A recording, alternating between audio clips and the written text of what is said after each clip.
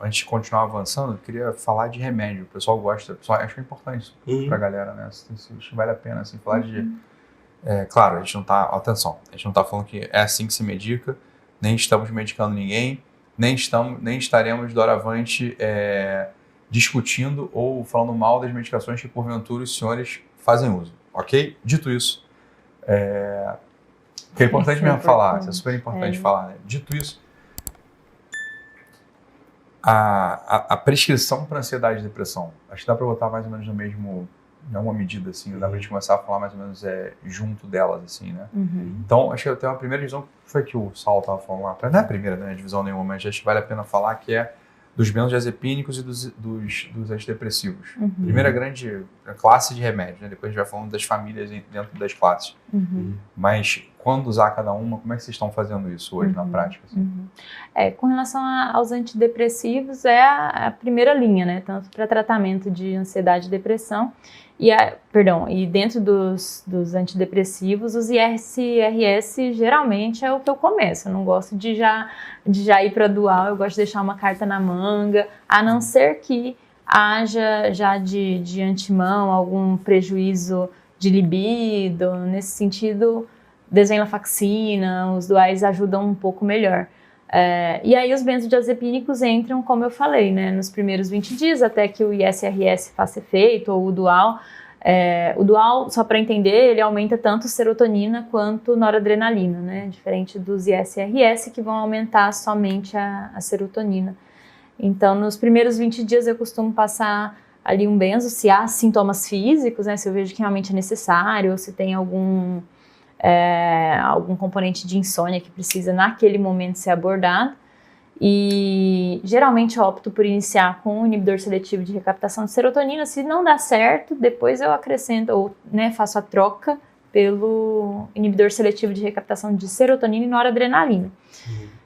Aí hoje em dia a gente tem opções boas também, né, que é vortioxetina, o Brintellix, que eles são bons principalmente para aquelas depressões que tem um comprometimento cognitivo, e também com sintomas de redução da libido. Isso ele não afeta em nada ali o eixo da sexualidade.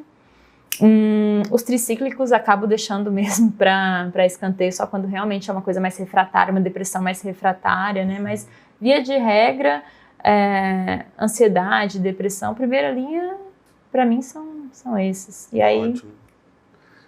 E completando, normalmente o que eu tento fazer é identificar se está em grau leve, moderado ou grave. Eu tento identificar assim, quando está em grau leve, eu dou a opção, e aí com aquelas práticas comportamentais, né? Sono, o banho de sol, a suplementação, apresenta essa opção também, e principalmente atividade física. Mas aí com frequência, intensidade e tipo, né, de atividade física, principalmente os exercícios aeróbicos, e bem honestamente com o paciente. Você acha que você consegue fazer? Você vai colocar? Cabe na sua rotina? Eu sempre fiz assim também. Se ele falar que sim, beleza, então durante 1 mês ou 2 meses a gente vai tentar isso. Se não melhorar, a gente entra com a medicação. Mas quando está ali entre moderado e com certeza quando está grave, aí a gente entra com as medicações, como você colocou. Outra coisa que eu procuro fazer, e isso vem com a experiência clínica, né? Você dá uma segurança para o paciente, falar assim, olha, a gente precisa de 4 semanas. A gente precisa disso, né? Pra gente ver. E aí, assim, eu até já falo, não é que com 1 mês você vai ficar linda, maravilhosa no seu 100%, não. Outra coisa que eu peço ao paciente é ele me quantificar. Né? 0% pior crise da sua vida, pior fase da sua vida, em termos de sintomas. 100% melhor fase da sua vida. Quando que você está hoje? Anoto lá no prontuário. Aí, na consulta seguinte, eu vou tentando quantificar isso. Tento manter um prazo ali, se tiver uma resposta inicial, até 8 semanas, geralmente é uma média assim, para os antidepressivos, para você ter uma resposta máxima naquela dose. Por que eu estou dizendo isso? Porque às vezes o profissional inexperiente, ele se deixa levar muito pela queixa do paciente, o paciente fica ansioso.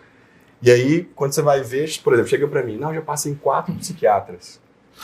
Eu falei, não tem como 4 psiquiatras não terem feito nada certo, né? Então, provavelmente ela tá pagando não está esperando o tempo de nenhum remédio e está demorando mais do que se ela tivesse ficado com o primeiro. Né?